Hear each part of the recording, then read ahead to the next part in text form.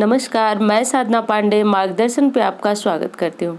दोस्तों, मैं आज बात करूंगी कि पीपल की पूजा तो आप करते हैं और बहुत सालों से करते भी आए होंगे, परंतु आप जिस भी कामना के लिए पीपल की पूजा कर रहे हैं वो कामना हो सकता है आपकी अधूरी हो।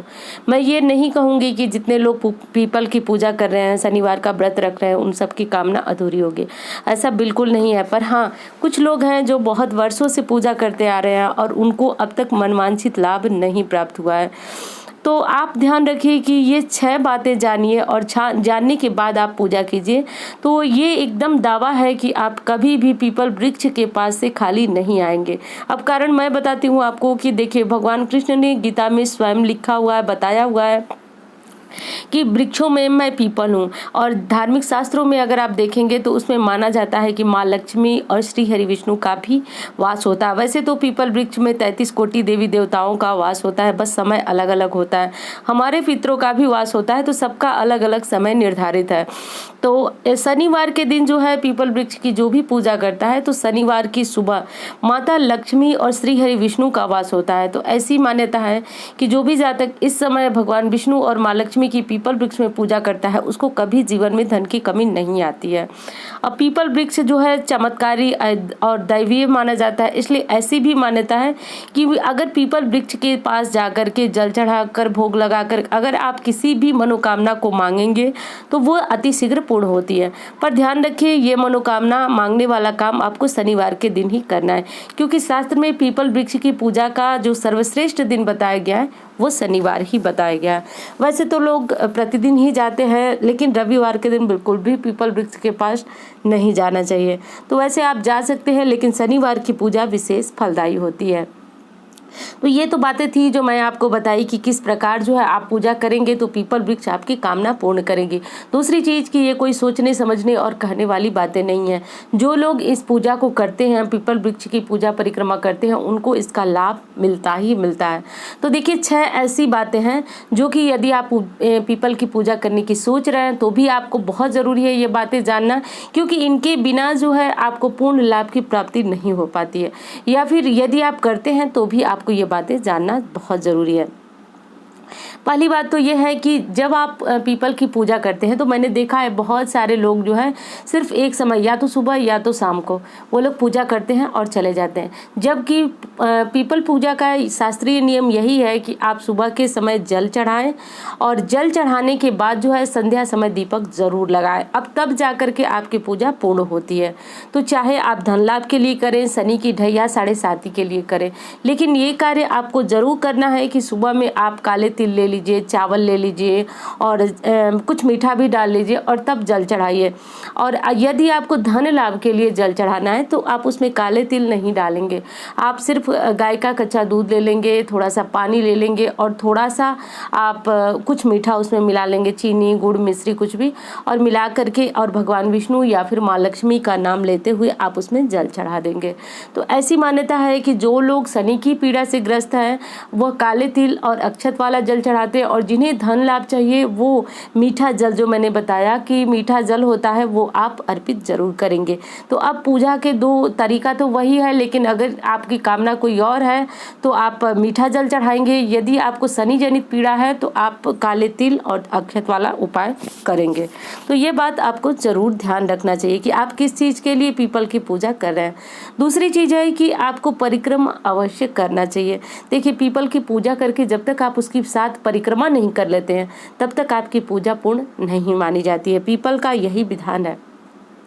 तो ये परिक्रमा आपको 7 बार करनी ही करनी है। 7 बार करें तो आप जैसे कि धन लाभ के लिए कर रहे हैं तो भगवान विष्णु का नाम लेते रहे, ओम विष्णवे नमः, या राम राम रामेति रमे रामे मनोरमे सहस्त्रनाम तत्तुल्यम राम नाम वरानने, ये बोलते रहिए।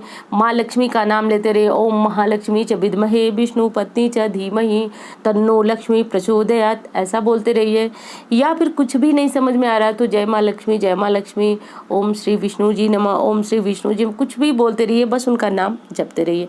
और यदि आप शनि की पीड़ा से ग्रस्त हैं तो आप ओम शम शनिश्चराय नमः इस मंत्र को जरूर बोलेंगे। ऐसा करके और आप 7 परिक्रमा पूर्ण करेंगे। प्रत्येक परिक्रमा में आपको पीपल वृक्ष का स्पर्श करके पैर छूते जाना है, यानी 7 बार आप परिक्रमा करेंगे, 7 बार पैर छुएंगे। जल चढ़ाते और पूजा करते समय पीपल वृक्ष जरूर आपसे स्पर्श होता ही होगा, और नहीं होता है तो शनिवार के दिन जरूर पीपल वृक्ष को छू कर प्रणाम करें। पीपल वृक्ष को छूना शनिवार के दिन साक्षात माँ लक्ष्मी का स्पर्श माना जाता है। तो इसलिए जरूर आप अगर किसी भी कामना के लिए पीपल की पूजा कर रहे हैं तो शनिवार के दिन जरूर स्पर्श करके प्रणाम करें पीपल वृक्ष को।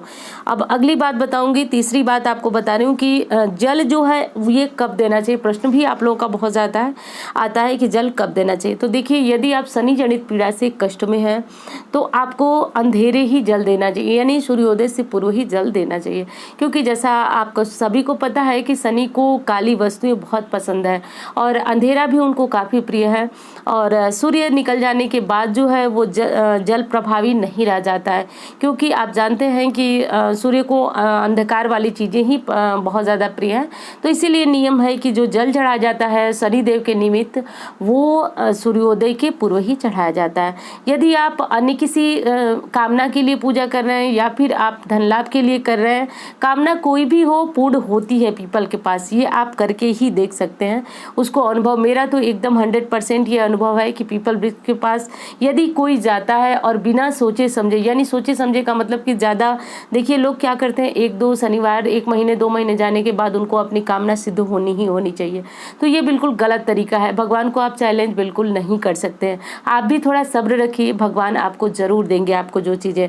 तो सब्र होना बहुत ज़रूरी है। तो आप भी सब्र रखिए और बस अपना कार्य करते जाइए, क्योंकि कार्य ही कर सकते हैं। गीता में भी लिखा है कर्मण्येवाधिकारस्य मा फलेषु कदाचन।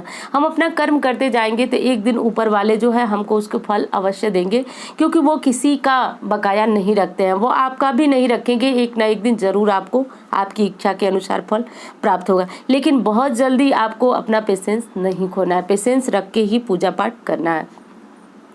अब अगली चीज बताऊं आपको कि पीपल के नीचे शंकर जी की अगर आपके यहाँ मूर्ति बनी हुई है, यानी कि पीपल के नीचे यदि शंकर जी हों, हनुमान जी हो, जो भी देवता हों, उनकी पूजा करने से शीघ्र ही भाग्योदय होता है। ऐसी मान्यता है कि पीपल के नीचे यदि शिवलिंग है उसकी पूजा करते हैं तो अतिशीघ्र ही आपको चमत्कारी लाभ होता है। जिस कामना के लिए आप पूजा करना शुरू कर रहे हैं वो चमत्कार के रूप में आपके सामने आती है। तो यदि पीपल के नीचे शिवलिंग है तो बहुत अच्छी बात है, नहीं है तो आप छोटा सा कोई शिवलिंग खुद भी रख सकते हैं, या फिर अक्सर होता ही होता है तो उनको भी जल जरूर चढ़ाएं, और तब जाकर के आपकी जो कामना होती है वह शीघ्र पूर्ण होती है। शास्त्र में बताया गया है कि पीपल के नीचे यदि शिवलिंग हो तो वह चमत्कारी हो जाता है, 1000 गुने और अधिक बढ़ के चमत्कार देता है। यदि हनुमान जी की प्रतिमा है तो वहाँ सिंदूर, तेल इत्यादि अर्पित जरूर करें, और इससे भी आपको जीवन में आ रही कठिनाइयाँ समाप्त होती हैं। ये काम करें। और दोस्तों एक चीज़ और बताऊंगी फिर आपको कि रविवार के दिन आपको भूल करके भी पीपल वृक्ष की पूजा परिक्रमा नहीं करनी चाहिए। कारण आप सभी जानते भी होंगे कि वहाँ पे दरिद्रा का वास होता है, तो रविवार के दिन पीपल वृक्ष को स्पर्श करना भी पाप माना जाता है। पाप का मतलब कि कहा जाता है कि जो भी जातक रविवार के दिन पीपल वृक्ष की पूजा परिक्रमा करता है उसके साथ दरिद्रा आ जाती है। यानी उन्होंने भगवान विष्णु से ये वचन लिया था कि जो भी जातक रविवार के दिन जाएगा वहाँ पे आपकी पूजा, यानी भगवान विष्णु की पूजा नहीं वो कर पाएगा, वो मेरी पूजा करेगा। यानी कि वो करेगा भगवान विष्णु की पूजा और वो ग्रहण करेंगी दरिद्रा, और उस जातक के साथ साथ वो उसके पास हो लेंगे।